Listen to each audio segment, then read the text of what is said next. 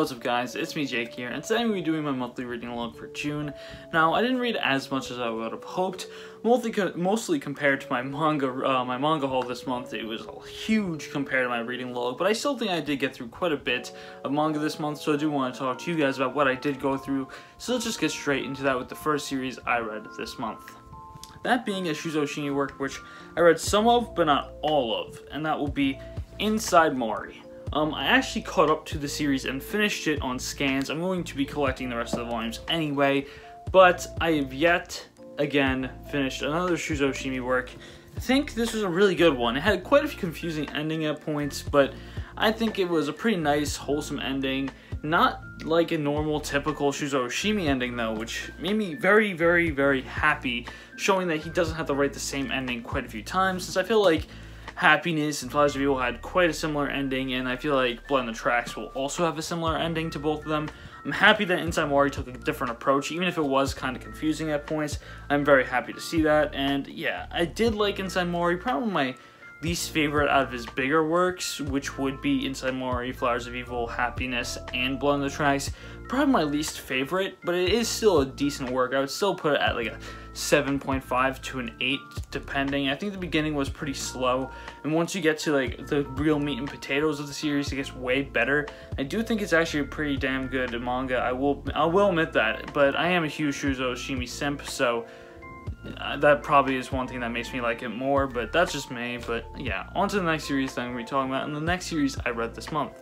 Now, this short comedy series I actually reread this month, and I think it has one of my favorite covers and spines in all of manga. That's going to be the Brave Tuber Volumes 1 and 2. Sadly, this was cancelled in Japan, but I thought it was a pretty funny concept. So basically, the Demon Lord has come back to life, and the Holy Sword user Zane and the Sword Spirit Cuckoo are meant to slay the Demon Lord, but they get caught up trying to get huge and super viral on VizTube. Now, VizTube is just basically YouTube inside of a fantasy setting, and seeing them trying their best to really become big on VizTube is super funny, and the cast around them is just super hilarious to me. It did have a rushed ending, but it did fit the series, and I did like the ending, so I do definitely recommend it. It's only 2 volumes, it's quite a short read. If you like seeing like nice, wholesome kind of slice of life kind of series, definitely recommend this one. Really was funny. Haven't read this one in a while before that, but I knew I was going to reread it because it's quite a fast read, as it's only 2 volumes, and it's not that word heavy. And I like the art for the series too. Let me just put that back there so I can show you. The art style is really interesting. I hope this manga does come back with more works, because I think that they can really make it big if they really just write the right story, and I definitely think this had the potential, but the synopsis alone doesn't really leave them with much leeway with that. But I will say, really big props. I really do like the cast, and the mini harem he does build in these 2 volumes is really, really, really great. I really do enjoy it, but yeah. That's the Brave Tubers Volume 1 and 2. Really enjoy the series. Highly recommend it. Now, for the next one is a title I thought would be super different from what I actually thought it would be. That's Saichi's Monstrous Appetite. It's a rom-com, and I do very much enjoy my rom-coms, as if you don't know. I'm on a huge rom-com binge as of late. Wow, I cannot get this to focus with this lighting. But I will say, the main reason I got this is because of the art style. The art style is super wholesome, super great. I really enjoy the art style, but I will say the whole entire kind of synopsis was so much different than I expected. As you don't know, I didn't read this. I just went off the art style and how wholesome it looked. So for a synopsis, basically we follow this kid named Kutsunagi. I think that's how you say his name. And he is alone in his house as a middle schooler, and he's really good at cooking.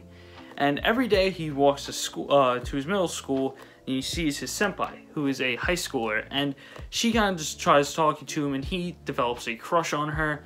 And one day he finally gets the guts to finally give her homemade cookies, and then at the end of that day he finds a monster following him throughout the day, and you find out that this was not the first time. Monsters follow Kitsunagi a lot, and not only that, you find out that Saichi herself was a monster who is actually meant to kill these monsters and destroy their nests. And you see the kind of wholesome rom-com elements of a human and monster relationship, and it's really, really interesting and funny, and she is super hungry all the time and just wants to eat, eat, eat. And you see Kusanagi just making as many meals for her as possible, and it's really wholesome, really funny, very unique, and a very good rom-com that I highly suggest to anyone out there. Now, the next volume I did read was a continuation of a series I actually already made a video on, and it's Call of the Night Volume 2, and the card will be right here. If you don't know, I loved Call of the Night Volume 1, and Volume 2 did not disappoint. Volume 2 was a great continuation from Volume 1. I really liked the developments Ko and Nazuna made with each other. I really liked the developments that Ko by himself really made to try and further his relationship with Nazuna in general. I really do think that this art style is really making me fall in love with it every single volume. Every single chapter, I just fall in love with this art style more and more and more. I think that Koyamori is such an interesting protagonist at the same time that really keeps me hooked. Now, if you don't know what this is about at all, Call of the Night follows this kid named Koyamori. And what is wrong with Koyamori? Well, he has insomnia and cannot sleep. So one day he decides to sneak out of his house and see the deserted nights of Japan. And when he's on that journey in the night, he meets this girl named Nazuna. And not only that, he finds out that she is a vampire, and not only that, he decides that he wants to become one too. But how do you become a vampire? You have to fall in love with one. And that is the synopsis for Call of the Night. We follow Koyamori as he's trying to fall in love with Nazuna to become a vampire himself. Now, if that does not sound wholesome enough for you, then I don't know what you're thinking, because this is super funny. Now, there is some like sexual jokes in here that or kind of go over the top sometimes with Nazuna, but it is really interesting to see. I really want to read more of this, so I cannot wait for more Call of the Night to come out, and I'm super happy Viz is actually publishing this, as not only is it a series I really love, but it's also, if you can't tell, a Shonen Sunday series, which I'm trying to collect all Shonen Sunday stuff. Slowly but surely I am, and yeah, super excited for this, cannot wait for more volumes, and I hear it just gets better and better. Now, for the second to last series on this June manga reading log, which will be the first 2 volumes of Komi Can't Communicate. Now, I don't know if I actually put Komi Volume 1 in my last manga reading log. I might have, but I'm just going to put both of them here. Komi is a really good manga. I actually thought it would take me way shorter of a time to get through volumes than I actually did. Since Komi Volume 2 actually took me quite a while to get through, like probably 30-40 minutes. Which you might say is like an average time, but for a series that has a main character that doesn't talk, I thought it'd be way faster of a read. But even then, I don't mind that. I feel like the talking by other characters just makes up for it, and I think it's a really interesting series and a really great concept that isn't really explored enough in any manga. I really do enjoy how Komi is going about her things, and I really do like how Tadano, and I always forget their other friend's name his name starts with an N, I forget it. But I really do like how they go about their ways of helping Komi through this. And if you don't know what Komi is about, because you've been living under a rock, Komi follows this girl named Komi, of course, means in the name. But basically, she has a very difficult time talking to people. But everyone in her class sees her as a princess, as she looks beautiful, and everyone kind of praises her as she is the most beautiful person. She's the goddess of this class, yada yada yada. But she can't really talk to people, and the only friend she really has made in the first day is Tadano Hitohito. I think that's his name, if I'm not mistaken. But basically, she tells Tadano that that she wants to make 100 friends, and he then therefore agrees and is trying to help Komi get 100 friends. Now, do I like Komi? Yes. Concept, pretty interesting. Not many series do stuff like that, but I will say some of the chapters are like 2 pages long, and I think that's quite funny to me. I know it's somewhat technically a gag manga, so not like an actual gag manga. It's a comedy manga, but I think it's taking on gag chapter lengths, so I'm not mad with that. I think it fits with Komi, as I was trying to say. I'm sorry, I cannot speak right now, but definitely want to read more Komi since I do have 13 volumes, so I'm going to be reading more next month. I just got caught up with the next series that's going to be on this monthly reading log. So the last series on this list, I not only did just read like 20 volumes in this month, I also read 10 volumes in a day. And I'm going to be showing off the volumes I did read in that day. I actually read more than 10 volumes, but actually no, I didn't read more than 10 volumes. I'll show you when. So I read volumes 9, 10, I should put under, and 11 of My Hero earlier on this month. And for the volumes I read in one day, I will be showing you them Now, it's going to be volumes 11, 12, 13,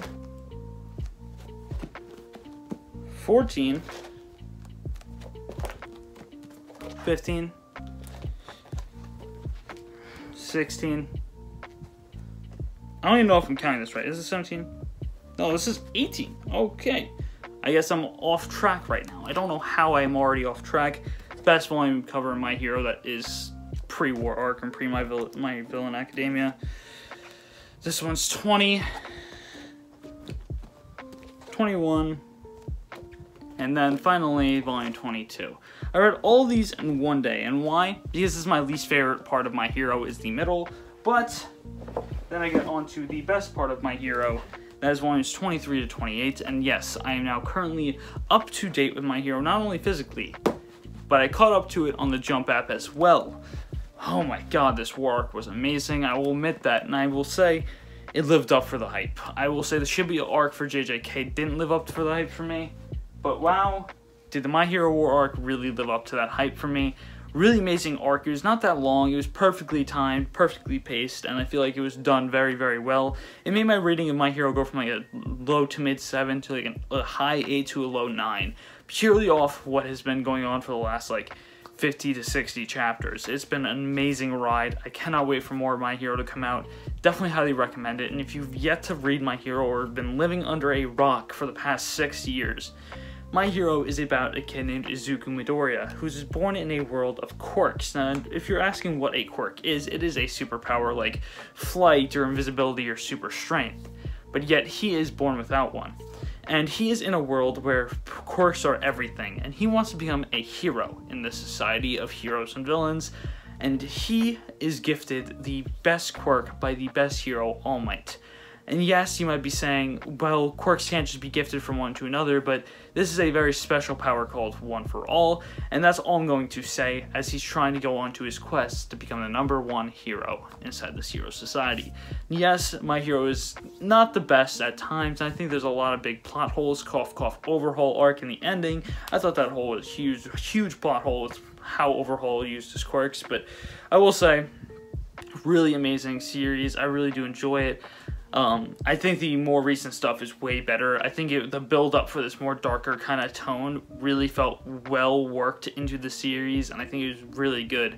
So, cannot wait for more My Hero, and I think it's going to be one of my favorites in Jump after I read more of Shonen Jump's titles. But yeah, that's all I have to say for My Hero, and I think that's all I have to say for this whole video. Thank you guys for watching this video, and I hope I see you guys next time. Peace!